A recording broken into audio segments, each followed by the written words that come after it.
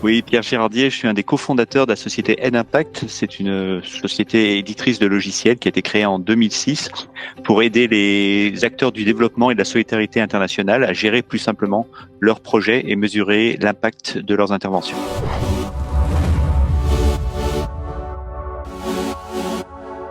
Alors, on a trois types de clients. Premièrement, les organisations internationales qui financent des projets dans les pays du Sud. Ça peut être les coopérations internationales de chaque pays ou les organisations internationales comme l'Union européenne et les Nations Unies. Ça, c'est le premier type de client. Deuxième type de clients, ce sont les ONG et les fondations qui interviennent soit dans les pays européens, soit à l'international. Et troisième type de clients, ce sont les grandes entreprises qui ont des actions dans le cadre de leur responsabilité sociétale et qui souhaitent mesurer justement toutes les actions mises en œuvre sur les différents territoires où ces entreprises sont implémentées, sont en place.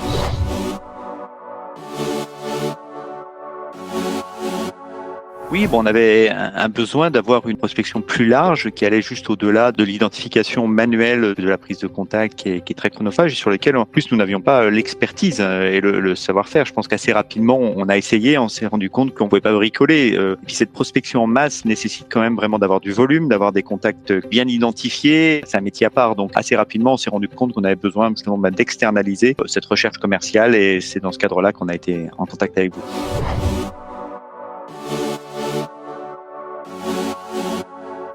On travaille dans une niche, effectivement, avec les acteurs du développement. La plupart de nos clients se connaissent entre eux. On a la chance parfois, effectivement, d'avoir des clients qui nous référencent à d'autres clients. Donc ça, c'est une partie de notre activité commerciale. Mais après, il y a besoin effectivement d'étendre le scope, effectivement, de notre recherche. C'est à ce niveau-là qu'on a besoin justement d'avoir une autre approche qui va au-delà du bouche à oreille et de cette mise en réseau qui fonctionne assez bien dans le secteur qui est le nôtre. Mais si on veut effectivement atteindre des gens qu'on connaît pas aussi, je veux dire, c'est là où on a besoin d'envoyer des milliers d'emails et d'avoir un retour qui est d'ailleurs assez intéressant par rapport aux campagnes que vous menez.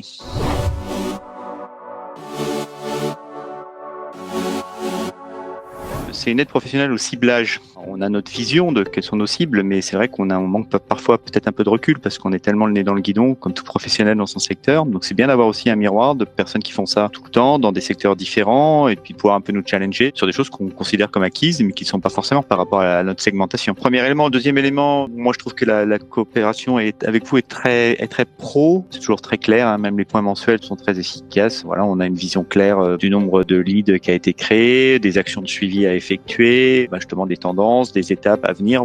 C'est assez rassurant de savoir que les choses sont sous contrôle et qu'on n'a pas justement à être inquiet par rapport à où est-ce qu'on va, avec justement des alertes si des campagnes marchent moins bien que d'autres, pour pouvoir assez rapidement refocaliser la communication vers de nouvelles cibles. Ce que j'apprécie, parce que c'est en cours, c'est justement la flexibilité. Effectivement, on essaye des choses, c'est un peu le but aussi.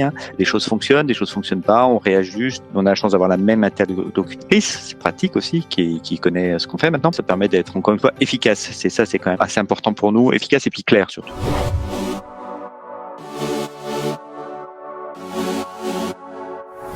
Avant de signer à Lidactive, nous avons cherché chez N-Impact en fait à faire nous-mêmes potentiellement ce que Lidactive faisait.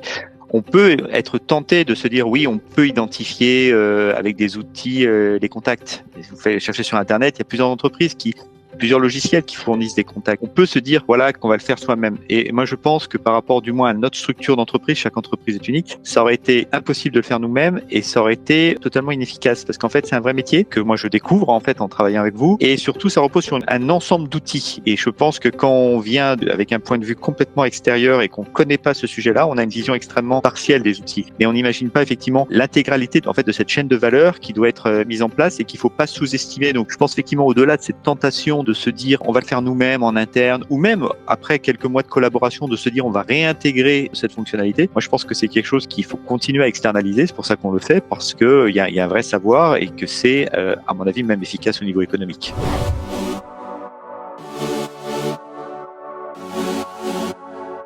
Je pense qu'on a tous l'impression de travailler dans des choses très spécifiques, en fait, d'être unique, toujours à nous c'est spécial, tout ça, puis on se rend compte qu'à partir du moment où on est avec des professionnels de communication, on arrive à avoir des interlocuteurs qui rentrent justement dans cet aspect spécifique, qui semble pas si spécifique que ça en fait, et dont on peut justement bénéficier d'un retour d'expérience de secteurs complètement différents. Donc ça c'est plutôt une surprise, parce qu'on avait l'impression qu'on allait passer plus de temps que ce qu'on pensait à devoir expliquer, justifier, tout ça. C'est pas trop le cas, ça se passe plutôt bien.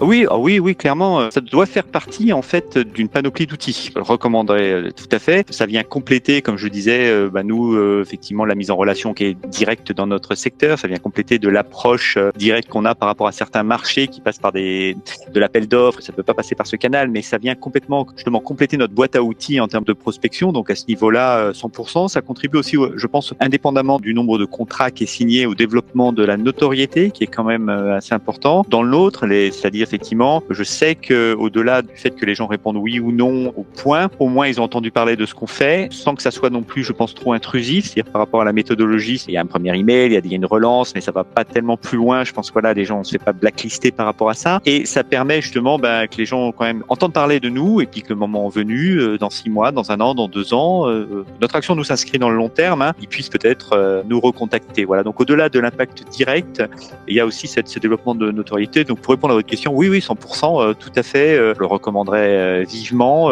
Ça vient en complément peut-être de tout ce qui est community management. Ça vient en complément d'une autre approche qui peut être plus formalisée de réponse à appel d'offres, comme je le disais. Mais à partir du moment où on est conscient effectivement du scope de ce qu'on attend, et puis que c'est pas juste le développement entier de l'entreprise ne repose pas sur l'idée active, 100%. Voilà.